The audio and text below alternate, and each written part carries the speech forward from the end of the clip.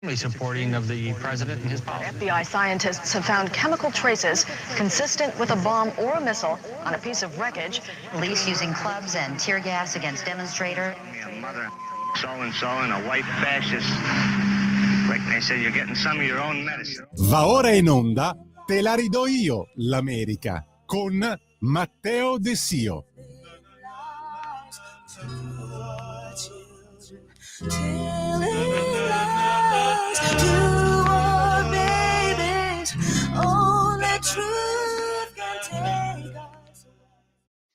Welcome everybody, buongiorno a tutte e a tutti. Questa è Te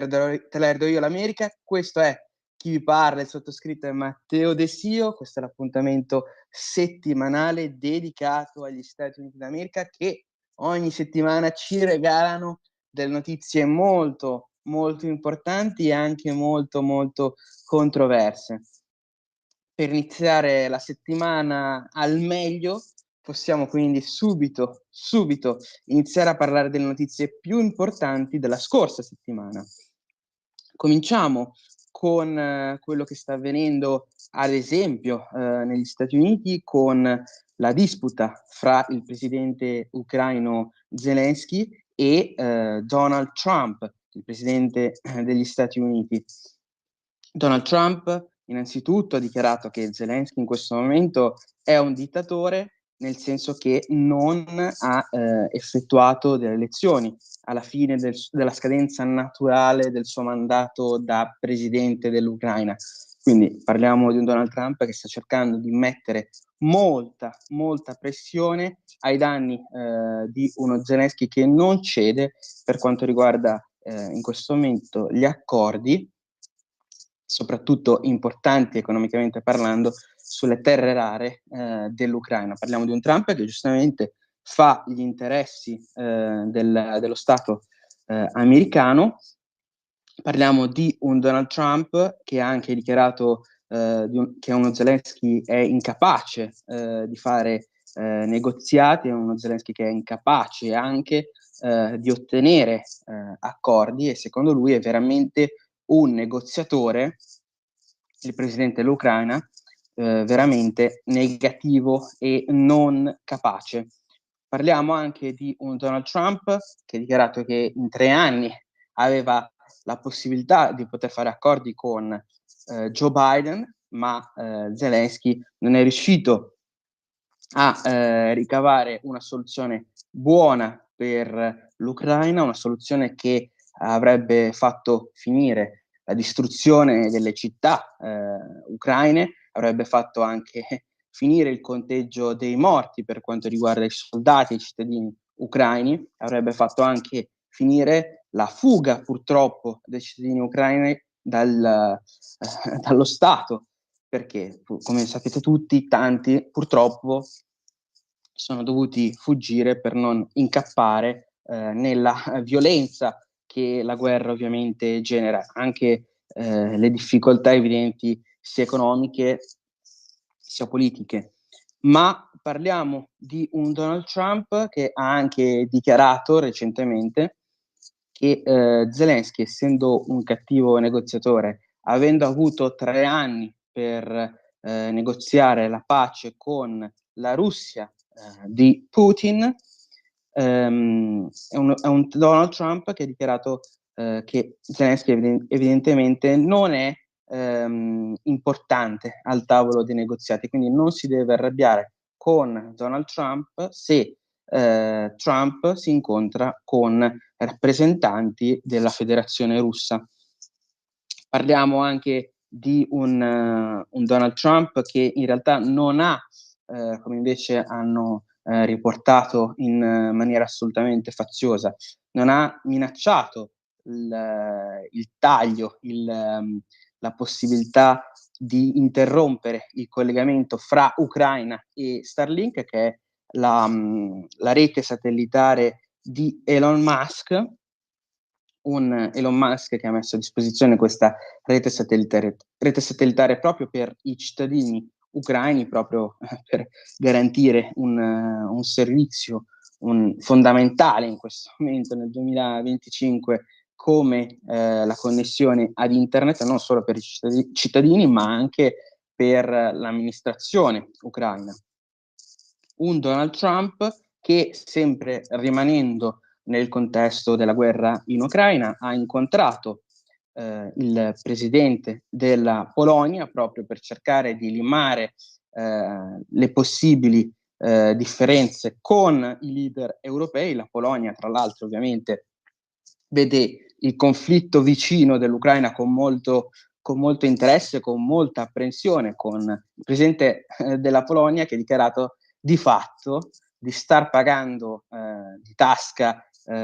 propria, nel senso la Polonia sta pagando di tasca propria la possibilità per l'Ucraina di poter accedere alle reti di Starlink. Quindi parliamo proprio di una Polonia che non solo probabilmente sta dando tanti fondi per quanto riguarda anche l'invio delle armi, ma sta pagando addirittura l'accesso ad internet per l'amministrazione e i cittadini ucraini. Sono uscite anche delle polemiche negli ultimi giorni per le dichiarazioni di Trump contro la guerra in Ucraina, con i vari studi, i vari dati che sono usciti fuori, che addirittura facevano notare come l'Europa stesse fornendo più soldi rispetto agli Stati Uniti, ma una cosa che ovviamente non hanno menzionato questi grandissimi studiosi è che probabilmente, anzi non probabilmente, ma guardando attentamente di fatto ciò che è stato donato dall'Europa e ciò che è stato donato dagli Stati Uniti, innanzitutto ovviamente gli Stati Uniti si parla solo di un paese solo, ma di fatto l'Europa ha donato anche mezzi molto avanzati che poco hanno di utilità in una guerra come quella che sta avvenendo in questo momento in Ucraina. Invece gli Stati Uniti hanno fornito le munizioni, hanno fornito tanti altri mezzi utili per una guerra che in questo momento probabilmente, ne sapranno meglio i generali, non avranno vera utilità. Quindi parliamo anche di questa lotta anche per chi ha donato di più. Tra l'altro si parla di donazioni, tra virgolette, a caso, ma come ogni cosa di politica internazionale, come ogni questione di politica internazionale, ovviamente ci si aspetta anche un ritorno che gli Stati Uniti, con un presidente che ci tiene al proprio tornaconto e al tornaconto dei propri cittadini, sta provando a ottenere sia in Ucraina con le terre rare ucraine, che sono importantissime perché sono materie prime che in questo momento sono essenziali per la produzione delle batterie, ad esempio dei telefoni, ma anche di tante altri servizi importantissimi per la medicina, per la difesa, per la produzione anche in questo momento, soprattutto dato che si parla dell'esplorazione, dell'arrivo su Marte con Elon Musk, proprio per l'ingegneria aerospaziale. È fondamentale quindi per gli Stati Uniti ottenere più accesso possibile a queste terre, sia facendo pressioni sull'Ucraina per quanto riguarda le proprie giacenze di terre rare, sia per quanto riguarda la Groenlandia. Non è solo questione di commerci, non è solo questione di espansione territoriale, ma è proprio una questione economica e soprattutto per quanto riguarda la politica internazionale. In questo momento gli Stati Uniti sono in difficoltà per quanto riguarda proprio le tonnellate di terre rare. Infatti la Cina, il Brasile, l'India, l'Australia e la Russia hanno a disposizione più terre rare rispetto agli Stati Uniti, e in questo momento la Russia ha anche a disposizione tantissime riserve di carbone che appartengono proprio al territorio ucraino. Per questo anche gli Stati Uniti, giustamente, nonostante Trump ripeta che Putin abbia sbagliato ad attaccare l'Ucraina, giustamente per questioni economiche, perché questo alla fine detta la politica, questo alla fine detta giustamente la linea, cerca di avere anche un accordo con Putin e cerca di non arrivare a un'escalation anche di aggressioni verbali che non porterebbero a nulla e che danneggerebbero entrambe le nazioni. Parliamo anche di un Donald Trump che ha partecipato al congresso dei conservatori, che avete visto sicuramente, con le foto di Elon Musk che ha ricevuto la motosega elettrica da parte di Milei, con l'appoggio del presidente argentino per quanto riguarda la riduzione dei lavoratori statali. Infatti poi, tra l'altro, gli Stati Uniti, una delle agenzie federali molto contestate da Elon Musk e dal suo comitato DOGE, ovvero la USAID, che è l'agenzia che si occupa di aiuti umanitari per quanto riguarda gli Stati Uniti, che sembra proprio che fossero utilizzati però per ottenere spese enormi, esagerate, con addirittura milioni di dollari buttati per l'acquisto di, ad esempio, di borse per le popolazioni in difficoltà. Quindi parliamo di soldi che venivano utilizzati fino all'ultimo centesimo proprio per poter ottenere l'anno seguente lo stesso budget o un budget superiore. Quindi un'enorme spesa per la politica internazionale degli Stati Uniti, che in realtà per gli stessi Stati Uniti provocava un vantaggio irrisorio. E l'agenzia USAID, quindi, che si occupa appunto, ripeto, di aiuti umanitari per quanto riguarda la nazione americana, si trova con 1600 lavoratori che o saranno licenziati o avranno un ritiro forzato per quanto riguarda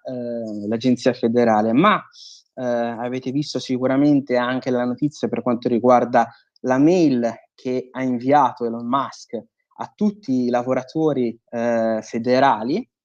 ovvero chiedendo quale sia la propria funzione, quale sia la propria occupazione e cosa abbiano ottenuto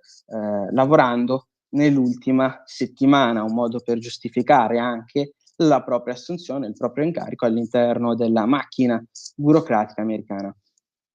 Ci sono tante agenzie federali che però hanno deciso di inviare una controrisposta ai propri impiegati dicendo di non rispondere alla mail di Elon Musk, come anche lo stesso Pentagono, un Pentagono che ricorderete si è scontrato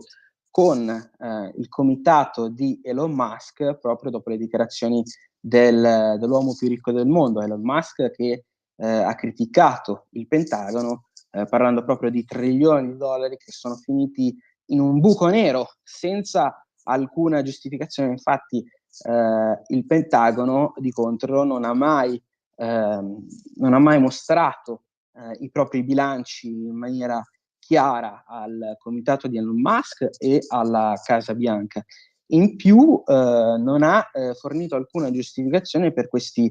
miliardi finiti in fumo. Quindi parliamo di un Pentagono che è importantissimo per la politica interna e internazionale degli Stati Uniti, che però ha ottenuto finanziamenti per anni senza che essi venissero controllati, senza che il Pentagono stesso fornisse metodi per poter vigilare su un bilancio che diventava sempre più importante, sempre più gravoso per le tasche del governo americano e dei cittadini americani. Ricordiamo che gli Stati Uniti in questo momento hanno un debito enorme che rischia quasi ogni anno di mettere in difficoltà proprio il funzionamento corretto della macchina amministrativa americana, con in caso di mancate leggi ad hoc per poter mandare avanti il governo, il rischio anche che esso venga chiuso fino a quando non si trovi un accordo in congresso e anche sia in Senato, quindi sia nella Camera dei rappresentanti. Parliamo quindi di una situazione complicata anche per la politica interna, che però per quanto riguarda le grandi aziende come ad esempio il fondo di investimento del famosissimo miliardario Warren Buffett e altre grandi aziende come la Morgan Stanley,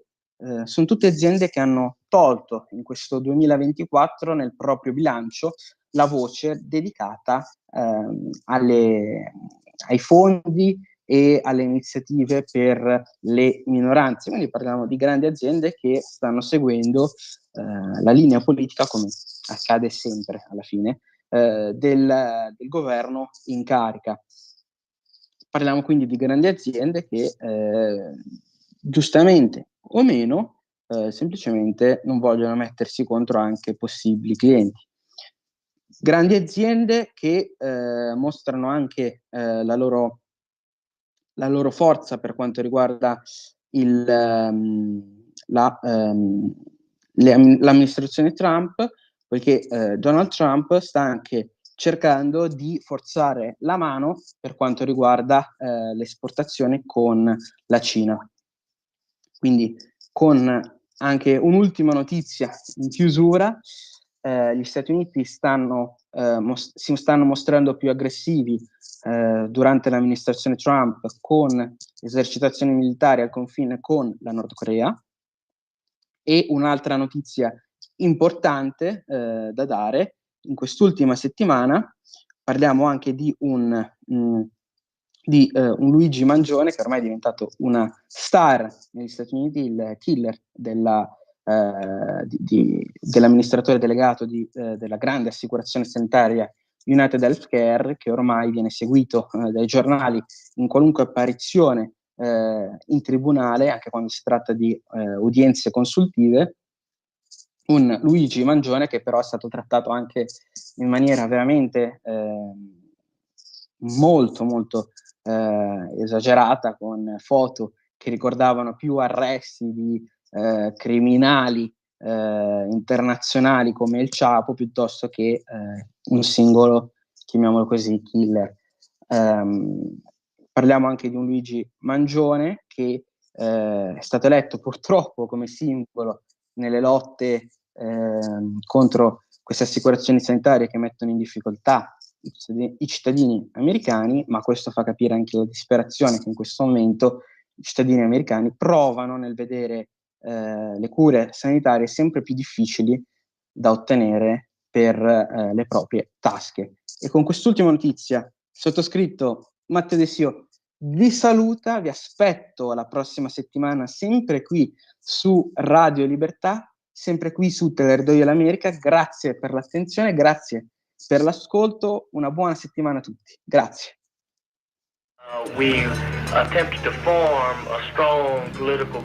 Avete ascoltato Te la ridò io l'America.